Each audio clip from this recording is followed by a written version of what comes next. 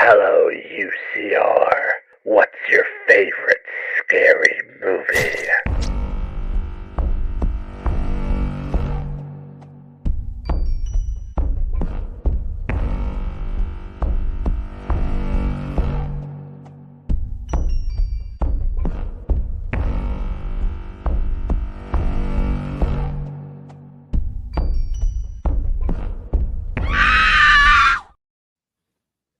Well, ho, ho, ho. Oh, well, we're short one ho.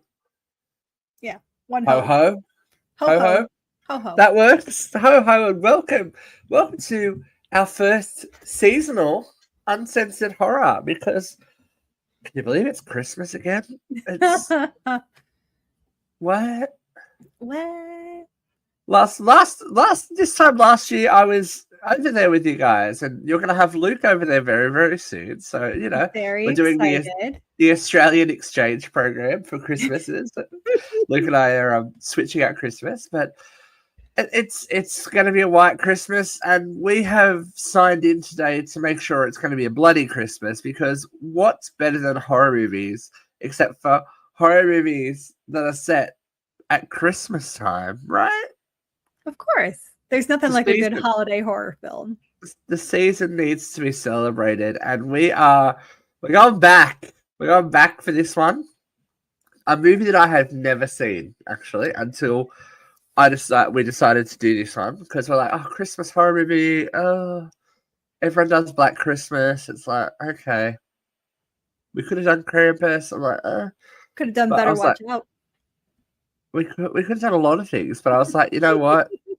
No, I love a homicidal Santa, so we needed to do it. Tonight we'll be discussing Silent Night, Deadly Night from 1984. I distinctly remember this cover at the Blockbuster / video store. I remember seeing that cover. I remember seeing it too. And I think we had discussed this before, discussed doing this before and just never did it. Yeah. I But, think you we know. landed on Santa's sleigh instead. And I mean, it wasn't a bad choice. I really think love I it. watched. I don't know if I watched that. Santa's sleigh I didn't With, think I watched it. with the Goldberg. It might have been the one when we brought a Christmas, because we did last Christmas. I think or the Christmas before, we all brought our own Christmas movie to the state. Yeah, I think maybe that you was the did one I Santa's brought to Slave. the table. Yeah, Well, I don't Yeah. regret it. I don't. yeah. Well, I don't regret this one, but look. I'm exposing my hand far too early. You really This is I know. are. But if you haven't seen Silent Night, Deadly Night, maybe You're pause about us, but 40 years too late, and we're going to spoil the shit yeah, out of it. well, whatever. And we're doing it because there is a remake coming next year, apparently. So we're going to talk about it, but I can see it. I can definitely see it. So Silent Night, Deadly Night takes us way back to 1971, and it feels like a 70s movie, right? This movie doesn't feel 80s at all. No, it doesn't. It's, I mean, you're not in present time when mommy's holding you. You as an holding infant your baby brother in the driver's seat, in the passenger seat, no car seat, just having a grand old afternoon. I don't think she had a seatbelt on either. It's one reindeer. Let's keep it holiday themed. One reindeer runs out into the road. Prancer comes out into the middle of the road, and she's done. So's the baby. Yeah. So this bothered me so much. This bothered me so much. I called my dad and said, "Dad, was this a thing? Did you guys do this? Like back in the 70s and 80s?" He goes, "Well, I didn't have children in the 70s, but in the 80s we definitely did." And I said, Yeah. God. And then he made some crack about how, I'd made a couple quick stops and hit my head a few times, but you know what? Dad's real supportive. I remember traveling on the lap of people in the front seat. Like I remember that as a child. I remember sitting in like the middle with no seatbelt. But, you know, We made it. We're fine. I mean, come on. Kids today, they're far too precious. you Far know, too precious. But regulations and things. maybe it's a reason this movie is one of the reasons why. So we're introduced to 5-year-old Billy Chapman and his family who are on the road to Utah to visit Grandpa. This kid's a good actor. Yeah, he did a great job. He did great for a kid actor. I was like, okay, you get it, young Billy. Like he delivered all of his lines. They gave me big like a sexier version of the Griswold family. Like they were like, yes, it was so all American in '70s. It's like, It's just so very cheesy. Like I think they reused that shot of the dad just looking lovingly at the mother like 5 times. It was cute though. Like I did like that there was this note. We went straight into like the opening titles as child singing and then blood splatter, animated blood splatter, but that was cool. What bothered me was it felt like they were doing the credits at the beginning of like all the credits at the beginning of the movie. Well, that's what they used to do back in the day. It drove me nuts. Like I turned it on. I'm like, did I start at the end? Like, what's going on here? They used to do that back in the day, so the end of the movie was the end of the movie. But yeah, it's not unusual. But I like the black screen and the child singing and all that kind of stuff. It puts you right in the crux of things, ready to go, and you're like, nice. I'm good. Excuse me. I'm feeling better about this. So I didn't realize that maybe I wasn't paying attention, but until they got to the hospital, I didn't realize Grandpa was in a home. Do you think that was a deliberate like? Yeah, they left that out. All they said was that they were going to see Grandpa. We're going to visit Grandpa in Utah. It's like, is he on a ranch somewhere? It's like, okay. You just kind of picture like a nice little home and a cozy fire and a big old Christmas tree. Yeah, he's in an institution. Yeah, and catatonic, apparently, Grandpa, who looked eerily like Tom Skerritt. That's funny. Picking fences. I was like, oh no. I didn't pick that up, but did they mention why he was catatonic or? No, he's just catatonic. Just, that happens when you get old. Sometimes you just get catatonic. Okay. Until the parents leave. You can tell it was the 70s and 80s. Just wait here. We'll be right back. Grandpa's not going to hurt you. For 1 second, I thought she was going to put him on his lap. Like, I thought she was going to plop him right on his lap. And I was like, that is so awkward. Well, Grandpa doesn't waste a hot second grabbing Billy and getting that crazy eye out. He's like, yeah, he's what nuts. tonight is, don't you, boy? It's like, oh, I love it. It's just, I think it is.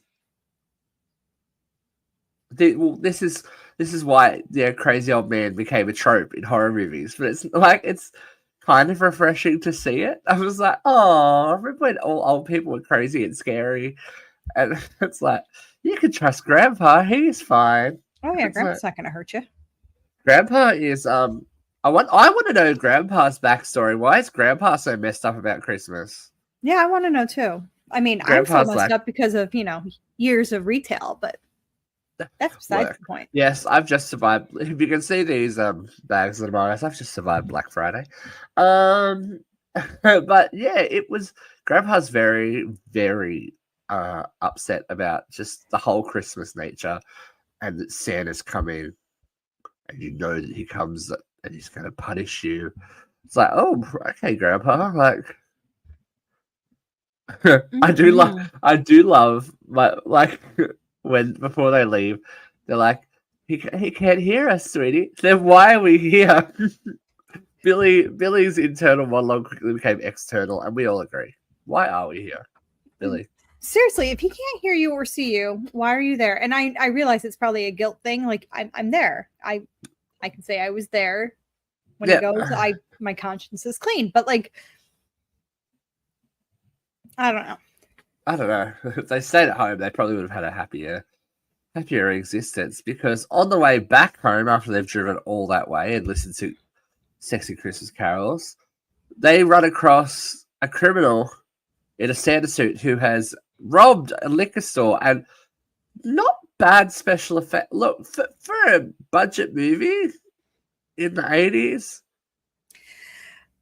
I'll say that. The gunshot to the head was pretty impressive. I was like, okay. Well, here I'll give you a fun fact. This movie came out the same weekend as another horror gem. Do you know which one? I can only imagine. Please fill us in. Nightmare on Elm Street. So, buried. Well, actually, it did better than Nightmare on Elm Street for a hot second, but then was quickly overtaken. Yes. But when you think about the effects on Nightmare on Elm Street versus this one, two very different movies, though. Two very different movies.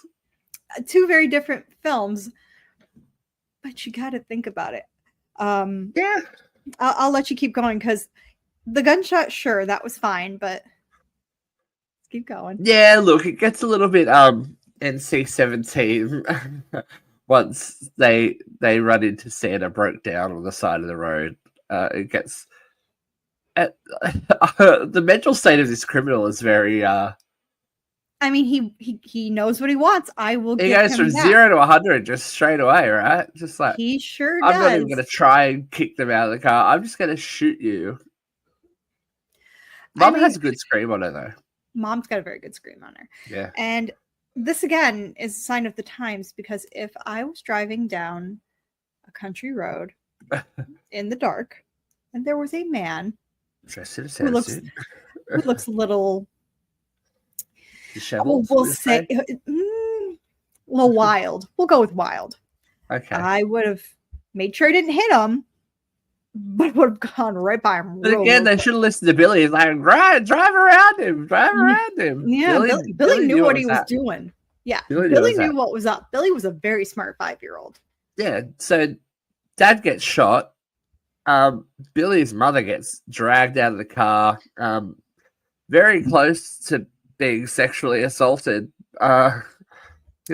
shirt ripped open. Why not? Those big 70s boobs out, ready to be seen, but nice boobs. Nice not boobs. A bra in sight. Not a bra in sight. High and perky. Good for her. After 2 kids and they look like that. I know they look Mom. like. I know, but she gets her throat slit for the trouble.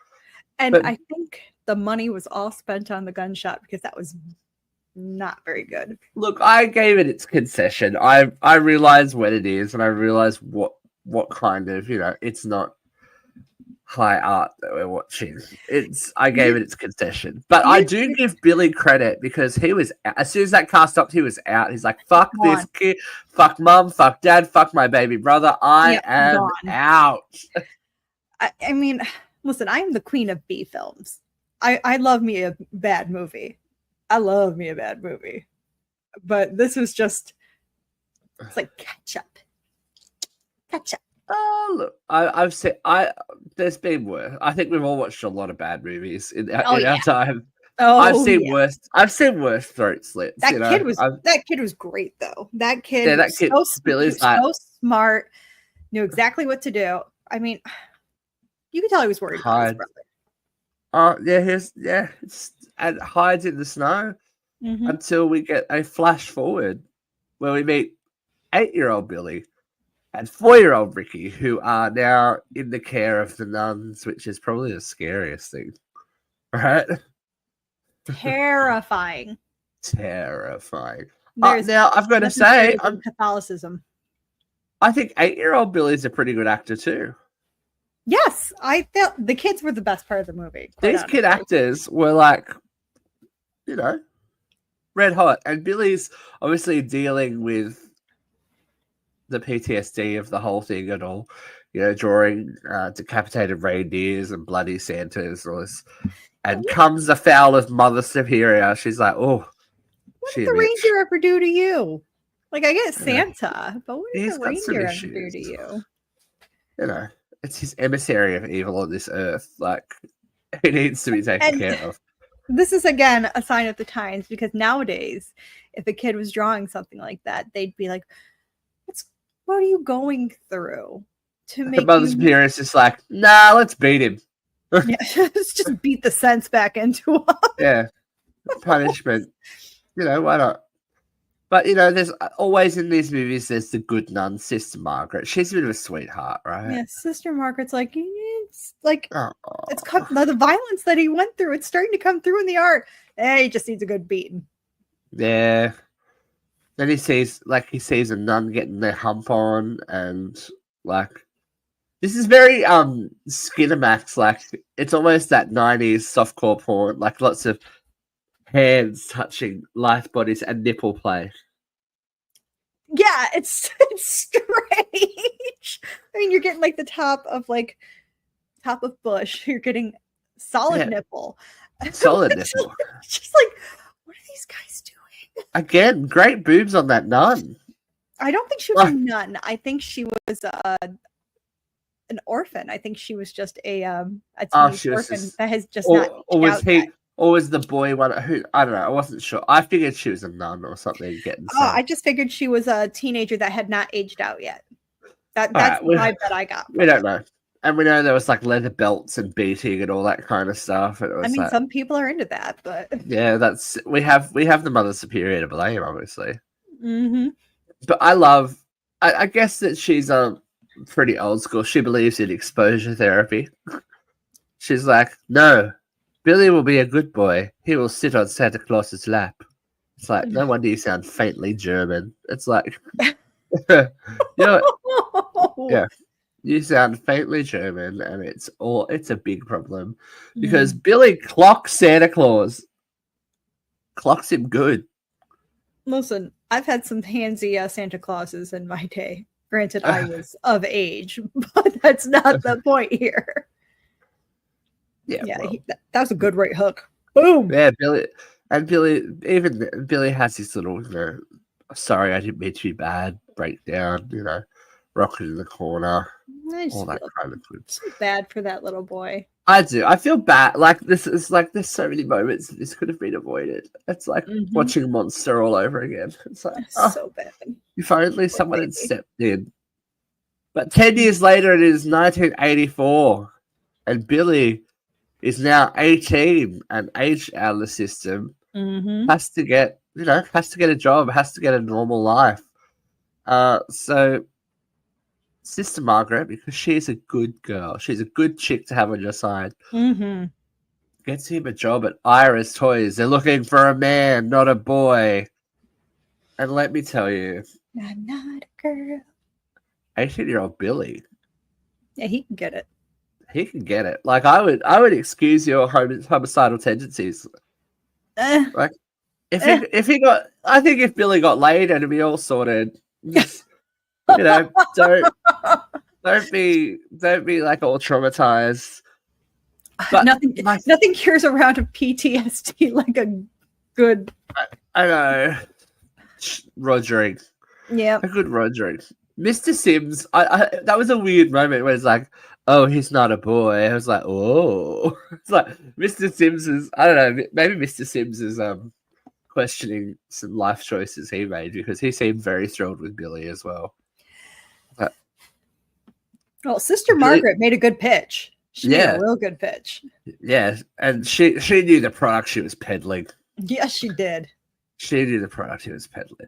But I love it definitely puts itself in the time because the Star Wars, there were so many like recognizable boxes and stuff. I was like, as a child of the 80s, like, oh, I know that box in that toy store. I wonder how they got it. Well, obviously this is, before rights were a big thing because I don't think Lucasfilm would have let their Star Wars toys be. Oh, absolutely not. Absolutely not. Not in this. It is. But my favorite part was this montage. The warm side of the door.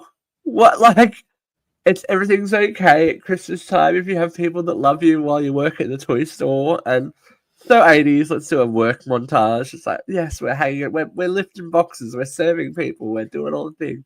We're drinking milk. We're drinking milk, yeah. Everyone else is trying to drink wine. He's like, no, I drink milk because I'm a good boy. And the serial killer. Good. Yeah. Okay, and the serial killer. The coworker, not Mr. Sims, like I guess his direct supervisor. Did he not remind you of Scott Baio?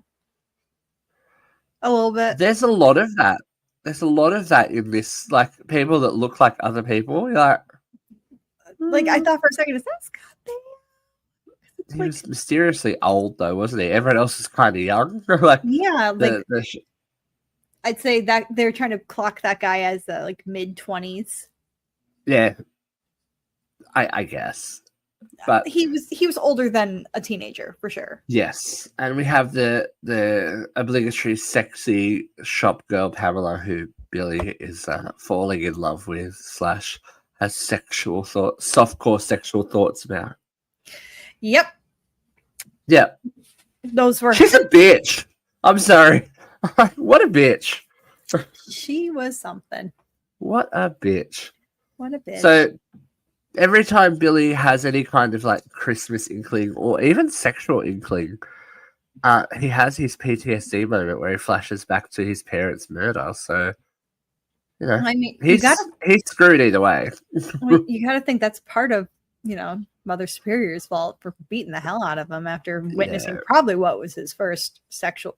I don't want to say sexual experience, but like exposure. We'll call it exposure. There we go. I like that one. Thank you. There we go. And the fact that it was like an assault and it was his mother's murder, and so that's a lot of mixed signals to give a child. No wonder Billy goes on a bit of a rampage because. Well, yeah, because he witnesses his mother getting assaulted. Like the one consensual time experience or exposure he gets, he's told it's wrong, it's bad. Yeah, I love this woman that randomly works at the I can't remember what her name is. Randall? Is it Ms. Randall? Mrs. Randall, that's it. Mrs. Randall is coming in chewing up the scenery. She's like, "Oh, Mr. Sims." Oh, like it's like 1930s, 40s movie. She's like, "Oh, Mr. Sims, you'll never guess what's happened." I feel like she might be an old theater actress, the way that she delivers her lines. She went for it with that scene. She just went for it the whole scene because it is Christmas Eve and the employee scheduled to play Santa Claus is injured. So, of course, the only option... We'll call the temp agency. They're all women.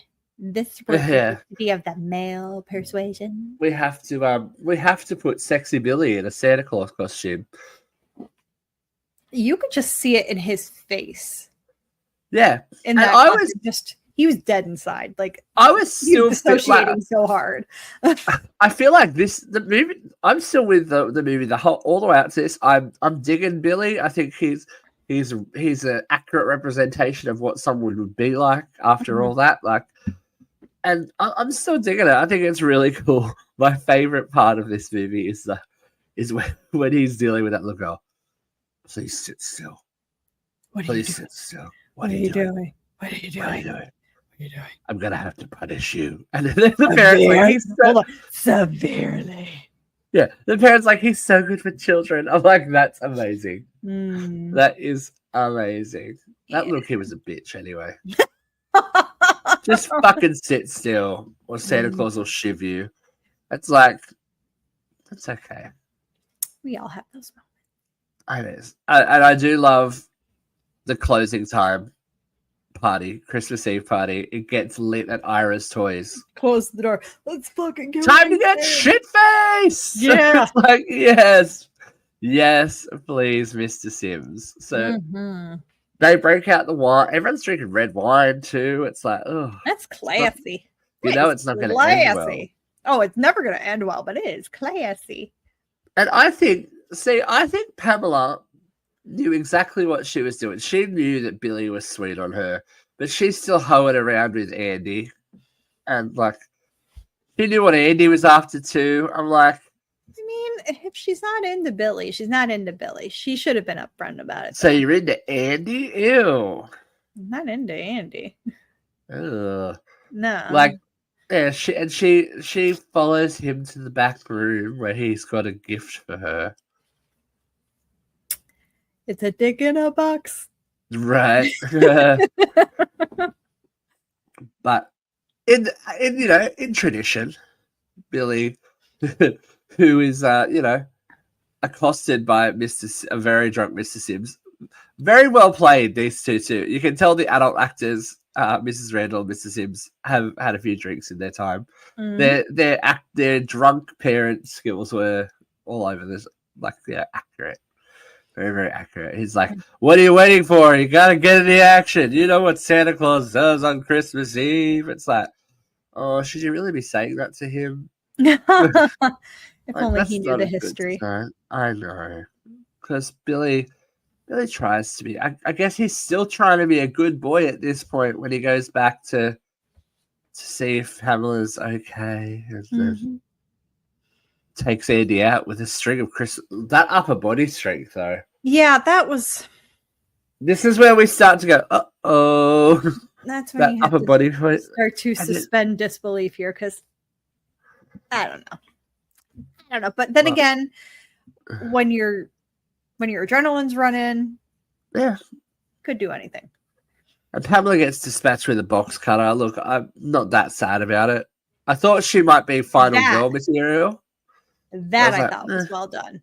That was those practical effects for that one was very, very well done. She has to go. Like, I'm sorry, she has to go. I thought originally she was just going to be pure as the driven snow and be all like, no, don't do it. Oh, thank you. But no. You're messed up. You're crazy. Yeah, you're crazy. It's like, right, well, you're dead. So what does that matter? Nicer, you know? Yeah. Mr. Sims, obviously, is the next to be dispatched. And rightly so, I guess. Rightly so. Chippity chop. We got to go. You got to go, Mr. Sims. You can never go wrong with an axe. You really can't. You can't. Not at Christmas time. Not with a Christmas movie. It's the reason for the season. Well, and I also mean practical effect wise with an axe. It seems like axe chop. It's seamless. It's good. It's good stuff. That one was well done too. But this is where I was like, oh, okay, I can see this happening now, because the Mrs. Randall scene when she was running around, I went, oh, Thanksgiving. Mm-hmm. That's why I can see the remake. I'm like, okay, I can see this happening. I'm hoping that the remake is still this era. Well, I'm hoping they don't try and modern day it, because what we saw with Thanksgiving, and if you haven't checked out our review of Thanksgiving, we just re-aired it for the holidays, so go back and have a look. But it's the same vibe. I was like, oh, that's what this feels like. And we said when we reviewed Thanksgiving, it felt very 70s, just modern day. I'm hoping they keep that vibe with this remake as well. I would even prefer it to be left in the 80s, I think. Well, we just rewatched Thanksgiving and the trailer that inspired the movie. Yep. And I guess I never realized how much of the trailer they actually used in the movie until I rewatched it. Because I was showing Grayson and Kyle. I said, this was written in the stars. Everyone wanted it. And then I'm watching. I'm like, oh, that was in the movie. Oh, that was too. Oh, did I not catch that the first time? I guess not. But yeah, Thanksgiving. We've consumed a lot of media in our time. It's okay to forget things. It's okay. But find holiday fun. It clicked with me. I'm like, that's what this movie would be like. It would be that tongue-in-cheek, nod slasher like kind of thing, and I could see it happening. I liked it. Mrs. Randall wasn't going down without a fight either. She's like, nah, fuck this, man. I'm going to get out of here. I'm going to take this axe. I'm going to fuck Billy up, and I'm going to get out this window. Bow and arrow. Nice. Gotta get creative sometimes. I'm surprised it wasn't a lawn dart or something. Like, oh, that would have been good too, and made more sense. They're in a kids store in the 80s, like the early 80s, like, and they were still like weapons when they were sold still in the weaponized. kids store. You were still allowed to have those weapons back in the day. Mm-hmm. But it's okay. We'll make do. Mrs. Randall gets, dispatched. She didn't really deserve it. I was down with Mrs. Randall. I thought she was groovy. No, justice for Mrs. Randall.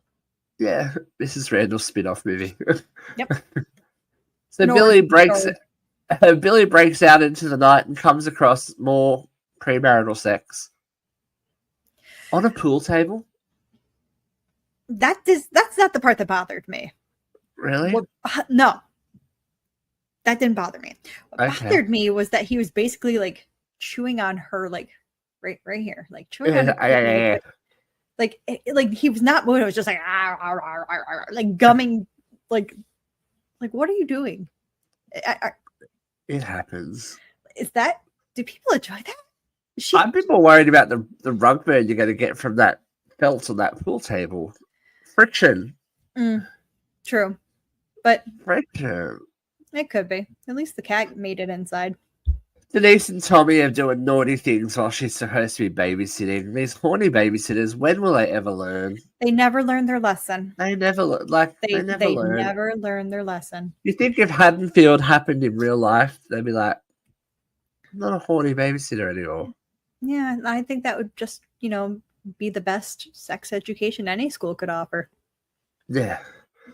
So while little Cindy sleeps upstairs, Tommy visits with punishment in mind because, she's got her boobs out, letting the cat in the freezing cold. Like, you don't want to keep those nipples, do you?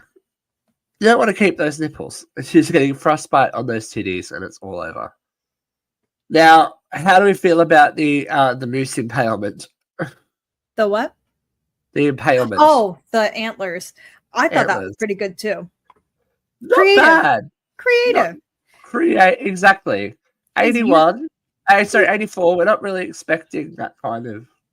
You know what? A real creative killer will work with what he's got.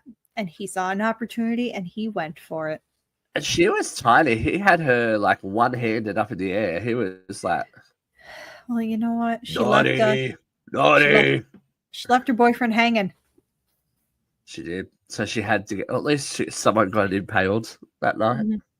Hey. Hey. Oh, yeah. God, we're bad. We're going to hell. Then Tommy gets quickly dispatched. He put up a fight too, though. Yeah, there was a fight, but he got thrown out the window. It's all over. He gone. Now this set, the Cindy and Billy scene was tense. I'm like, oh. I wasn't sure what he was going to do. I wasn't sure what he was going to do either because when he asked her if she'd been good or bad, he's reaching into his pocket. Are you sure? And I was with like that part. The actor that was playing adult Billy, I was like, oh, I don't like that. The whole. And she's just so calm and chill. She's like, I definitely was. Like she's not reading the situation danger at signs all. Anywhere. No danger there. But yeah, he was good there. I just think the whole punishment thing was a bit much. Maybe it's the director because there are bits and pieces where this guy that plays adult Billy is really good. Yeah. Like really good. I'm like, okay. He was good. There wasn't for a movie of this caliber, the actors were better than they have any right to be. I'm like, not all of them, but most of them. Compared to your standard Friday the 13th sequel. Yeah, okay, they were great. Let's put it. Look, we can say that when you're putting context. We can say that now because Luke's not here. Let's be honest. We said what we said, Luke. We said what we said. Although there are some questionable performances in every genre, in every sequel, but yeah, per capita, I think Friday has the worst. Right? Like, you're not ouch. Wrong. I am not incorrect. And he gifts her the box cutter with which he killed Pamela earlier. Now, yep. I'm sorry, that's a missed opportunity for a sequel. Right down the line, that little girl becomes Mrs. Claus. Did you know there's 2 sequels? Yeah, but they're not about a little girl. Oh, okay. I was gonna say, that's a missed opportunity for a sequel storyline, right? Yes, I was gonna say I'm gonna hold your hand while I tell you that. I know. I have seen the trailers. I remember seeing the boxes for the sequel.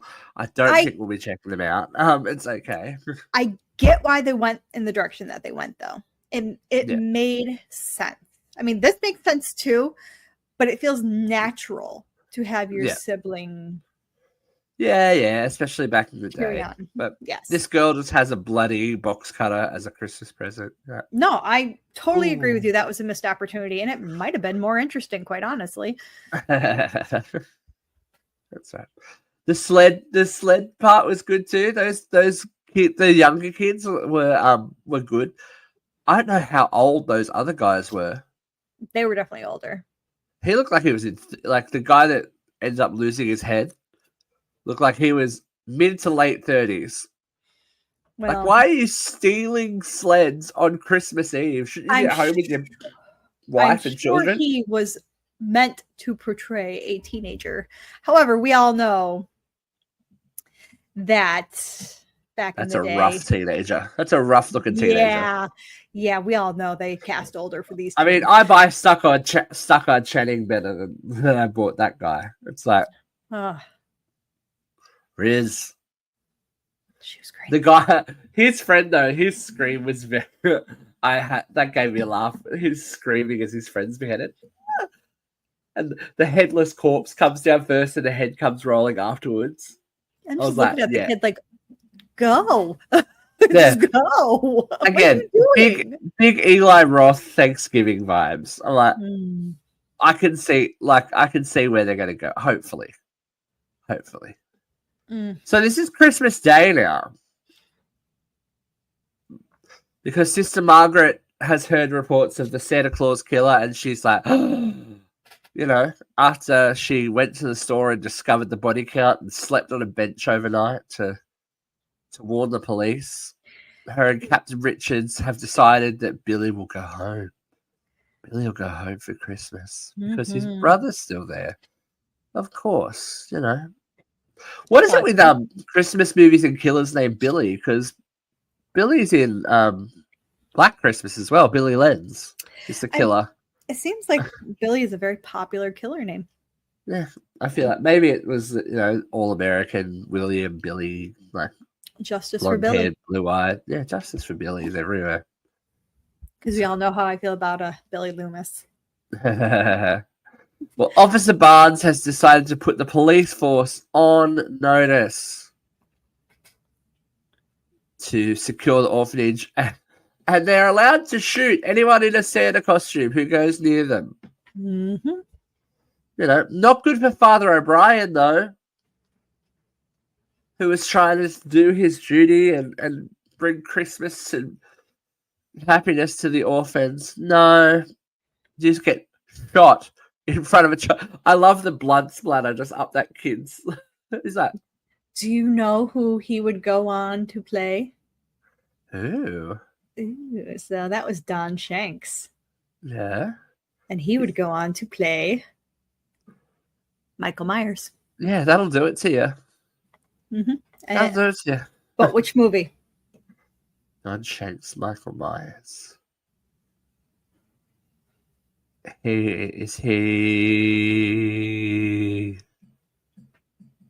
Curse of Michael Myers? 5? Oh, 5. Oh. I know, we'd all rather not. Speaking of weak installments, 5. 5. I still have fond memories because I love Jamie, but I love Jamie, but she deserved better than 5, Yeah. She deserved better. So I've got a dead Father O'Brien, a bumbling cop, as always. He gets Billy's axe to the chest. Because And again, that's what he did. Punishment. I just love a good accent. It's good. It's good. But this again, they kind of bring it back to a little bit of tension, because when Billy is let in by the kids, because they like, Santa Claus is dead now, Santa Claus is up. They're like, oh, sweet. And Mother Superior, she's fucked. She's in a wheelchair. What's she gonna do? You know what? I will give the actress who played her credit, because she had some balls on her. She knew he was coming, and she just no fear, just But she also didn't hide the children at all. You think, No, oh, she's- children, you go upstairs to your bedroom so you don't witness more horrible murder. yeah, I well, guess we she's never like, said she was a good person. I just said she's just like, fuck it, they're orphans. She's like, whatever. yeah, You she said can fuck around see. and find out. But she's trying to get all up in Billy's head. Santa Claus is not real. Santa Claus is not real. Santa Claus is not real. Hmm. You know. How'd that work out for you? Well, you get shot, so I guess. Yep. I guess. I guess. And then Billy drops dead to the floor and tells the children, "You're safe now. Santa Claus is gone," before dying in the arms of Sister Margaret. But the setup was good. The setup was very good as the bloody axe falls in front of Ricky. He scowls at Mother Superior and says, "Naughty." End of movie. In and out in a very timely manner. Under You know? an hour and a half. I think it was an Yeah. hour and 24 minutes. Well, 82 minutes for regular and unrated versions, 85 minutes. So, probably So more I must boobs. have watched the unrated one. I think I must have watched the unrated version as well. Hmm. It's all good. But the end, it's like, yeah, okay, cool. I'm down. I'm with it, and it's in, out, shake it all about, we're done. Like, Mhm. that's the way we like it. Now, there was a lot of drama surrounding this movie when it came out, protests and everything, obviously, because Santa Claus being portrayed as a serial killer I mean, at even the lead Christmas time. lead Like- actor was like, "Don't go see," like to his friends and family, like, "Don't go see this movie." Yeah. He would later on change his stance, but I can get it when like you're a young actor and there's so much controversy. I could get having a little remorse about it, but One of my favorite facts is that the TV spots aired during Little House on the Prairie. I mean, depending on the episode you were watching, That's couldn't pretty have been- terrifying. it couldn't have been worse. Like that. We're talking protests outside of theaters and stuff. Yeah. Like That- Siskel and Ebert were like, no. It's like, well, of course, that's only going to make people want to see it more. Yeah. Which is why, this became a bit of a surprise hit. Off $750,000, a box office of $2.5 million. It's a lot in the 80s. Damn, in the 80s? Like, come on. That is a ton of money in the 80s. That is a lot. That is a reception that you're like, okay, that's intense. Yeah, so and there was a big delay on the release, the home video release as well. So once it became part of its own notoriety because we were going through the whole naughty children can't see violence, and it kind of really helped those movies become cult classics because you couldn't see them, so their reputation grows bigger and bigger and badder. Even if the movie isn't great, it's like, well, there's a reason why you can't see it. So it worked in the favor. The woman who played Mother Superior said they were focusing like too much on Santa being a killer, and that's probably what really kind of tanked the promotion. If they had focused on Billy suffering from PTSD and all this trauma, they probably would have had a bigger hit. I still think that's a pretty good slog, especially when you come up against something like Nightmare on Elm Street that would go on to become, And it was playing in more theaters than Nightmare on Elm Street, but it got pulled because of all the controversy. Yeah. So and as you said, there are sequels galore. Saturday Night Deadly Night 2, Part 2, Saturday Night Deadly Night 3, better watch out. Both focus on Ricky, Billy's younger brother, as he picks up the axe and continues his brother's work. And then we have Silent Night, Deadly Night 4, Initiation, and Silent Night, Deadly Night 5, the I didn't know. which Shit, I have didn't no connection to the other films at all.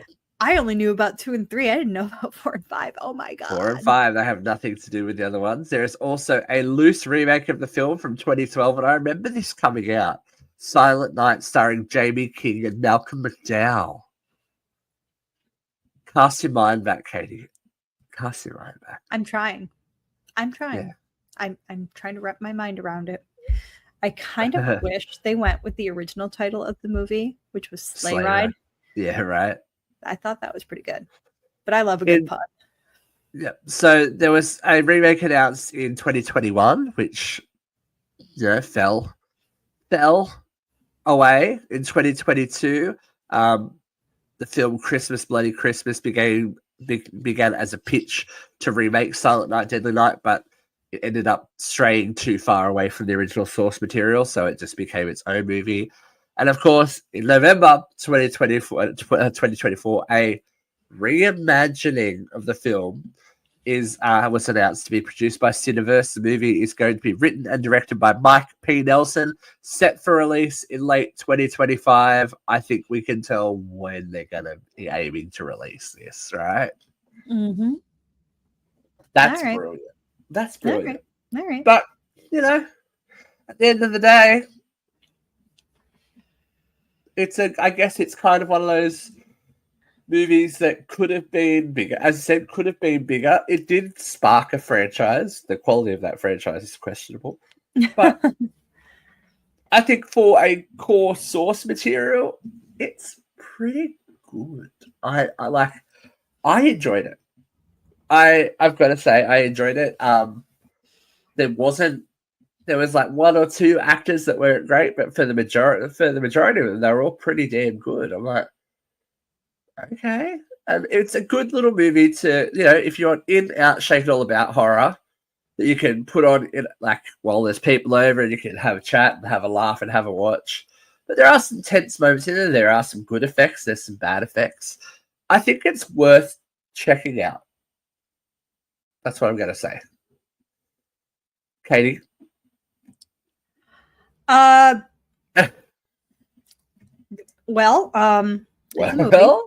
is a movie. It is something we watch. It doesn't drag. I will give points. Like it gets right into it, and it stays like on a really good pace. Like not too slow, not too fast. No lull in the story. Right. See, I'm trying to find the positives here. The actors did way better than they had any right to do, quite honestly. Mm-hmm. However, it reeks of misogyny. I mean, a lot of horror does, but this one just especially. It's rough. It is very of its time, though. Let's be honest. Like I said, a lot of horror is very steep. You can't look at it through a modern day lens and be like, "Well, this is inappropriate." It's like, "Well, this is just the way some movies were made back then." It's like, yeah, it's for better or worse. It's not going to win any awards. It's not life changing, but I didn't love it, but it's not the worst thing I've ever seen. I have definitely put worse things on my television. Yep. I think we all go through, as horror fans, we all go through those phases of watching just anything. I mean, I watched Birdemic and Thanksgiving, so there you go. I would go as far to say as I would watch this again at some point down the road, just for something to like at the season. If I wanted to watch something Christmassy that was horror related, I'd watch this again at some point. I would say there are better Christmas horror films to watch. Yeah, but sometimes you don't want to. Sometimes you just want to shut your brain off and go, okay, Santa's coming to kill me. Picture this. Fran Drescher at a dinner table. Oh, God. Santa's sleigh. Yes. You're welcome. As she goes up in flames. She does. Spoiler alert. And she eats up that scenery. And only Fran Drescher can. Yes. Well, we hope that you enjoy Silent Night, Deadly Night. Please check it out. Let us know your thoughts. And we're going to launch into a new year soon, so I'm sure there's plenty on our way. We have I know what you did last summer movie coming. Nosferatu is coming out. Nosferatu is our Christmas goodie. That's amazing. I love that. I'm forcing Luke to go see it. I don't think I'll have to. That's going to be an amazing Christmas present, I think, for horror fans. Yes, I'm very excited for it. Thank you. We have Freddie Prinze Jr. and Sarah Michelle Gellar over here now, filming. Well, Sarah's not filming, but Freddie's here, which concerns me because where the fuck is Jennifer Love Hewitt? Did she sign on? Well, she's not in Australia, and they're filming. Ain't nobody gonna check out a sequel about Ray. No one really will. And listen, J Love, if you think you are above this, I don't think. No, I think she's. I was gonna say, if she thinks she's above it, ask Patrick Dempsey how his career's doing after Thanksgiving. She's got that 911 money. She knows what she's doing. Like she knows that she's settled into TV series land again. But from what I think she's co-producing, and from what she said in the last couple of days, there's a deal is very close to being made. She can't wait for the announcement. So I think it's pretty guaranteed. It's just. I think she's gotten on the Jamie Lee Curtis, Nev Campbell bandwagon and went, "You want me back? I'll have some of that back end, thank you." Well, that's smart, and they deserve it. These are the These are the screen queens for a reason, and they're carrying the film. Pay them what they're worth. I'm sure she's going to be convinced to get those Jennifer Love jugs bouncing around in a white t-shirt again. Well, she looks good for her age. Okay, she does. Nicely. She does. I can see. Oh, I hope if they make an inevitable sequel, they go back to the islands again and just. But then they have to bring Brandy back. I will. Jack Black and stuff. I will hear none of this without Brandy. Right. Well, Brandy's had a horror comeback recently too, so she's out there. She's ready, and she's expressed interest. So I'm hoping that we do get Jennifer and Brandy back. I know we did last summer, which that's what it's called. They've gone the Scream route. It's just called I know we did last summer. So we'll see. It's multi-generational horror. So we'll plug it in. We love a horror on a holiday. 4th of July, Thanksgiving. Oh, yeah. Thanksgiving 2 will hopefully be out next year. Like it's gonna happen. But until then, I'm sure we've got other stuff we're gonna bring you, all kinds of goodies. We will be going back. We will be going to Elm Street next year. It's happening. It's just been everything seems to jump in the way. We've got to finish off. Well, Katie has to take her pills and be ready to go back to dairy.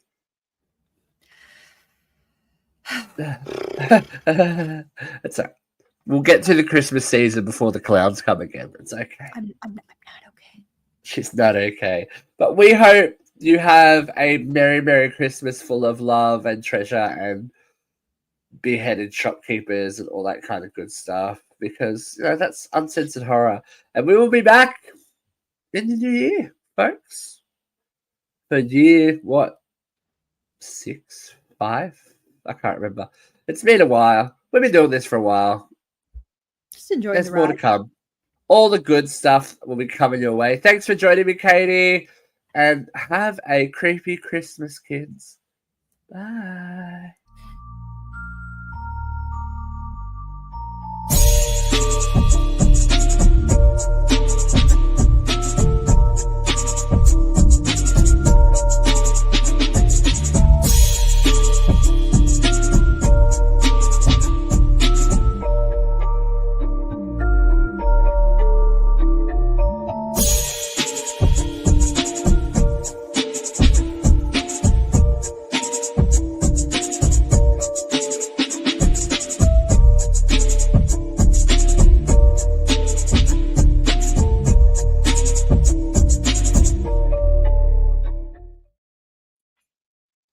Punishment!